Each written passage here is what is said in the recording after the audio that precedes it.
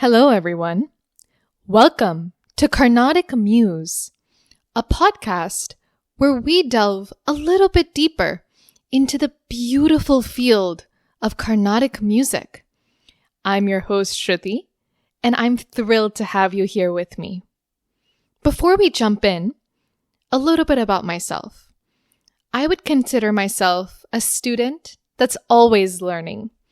I've been studying Carnatic music for over 25 years, and I've had multiple gurus through the process. I am also a Bharatanatyam dancer, so actually one of my favorite things has been the intersection of the two. So I provide vocal support for arangetrams or solo Bharatanatyam dance performances, or conversely applying a lot of knowledge of melody and rhythm to choreography. So that's my musical background. I also would like to preface this. I do not come from a musical family. I am the first one to be a singer, dancer, so I don't have any sort of lineage. I am just learning about music every single day and just falling in love with it more and more. And so I wanted to create this podcast, just you and me, learning together, exploring together, and just having fun. It's really important to me to make Carnatic music accessible to everyone. It's just such a beautiful field of music. The intricate details of ragams, how exhilarating it is to play with beats and rhythm. It's just a stunning art form. But having said that, it can be so much that it feels like it's impossible to start learning, and I want to change that. There's a lot of thoughts about the importance of a guru or a teacher in Indian classical arts, but one of my personal goals is just to make it accessible, make it so that everyone can learn. It doesn't matter how old you are or what your music knowledge is or what your background is. Everyone can learn Carnatic music. Now you might be asking, what is Carnatic music? Fundamentally, it's an art form that originates from ancient India and historically has been known to be rooted in a lot of devotion within the Hindu religion. The four main pillars of Carnatic music are Shruti, or the pitch in which you're singing, Swara, or the individual notes, Ragam, or the melody, and Talam, or the rhythm. What makes this so cool is that a scale, or a ragam, is made up of 7 notes. Sa, Ri, Ga, Ma, Pa, Da, and Ni translate to Western music, roughly of course, C, D, E, F, G, A, and B. And so a ragam is when you take those notes and you put them in a particular configuration. Now let me bring up the pitch, or the Shruti, as we talked about. I'm going to be singing today in 5, or G. So essentially you can think about it as the starting note in which I am singing is G. So as we kind of listen to the Shruti, we can hear 3 notes really pop out.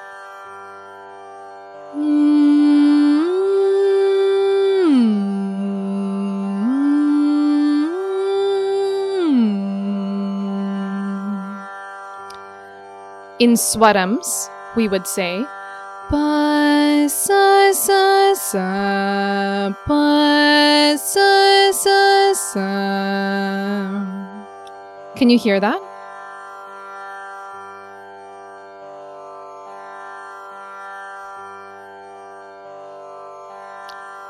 Now let's get into the fun part.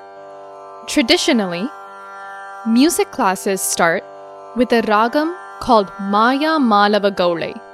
That's Maya Malava Gaule. The way this goes is Sa Re Ga Ma Pa Da Ni Sa. And let's go backwards. sa ni da pa ma ga re sa. So if I were to equate the note sa to the Western note si, this is what that would sound like. C, D flat, E, F, G, A flat, B, C. A common Carnatic music composition in this ragam, Maya Malava Gaule. Deva deva kalayamite sharanambuja sevanam. Deva deva kalayamite.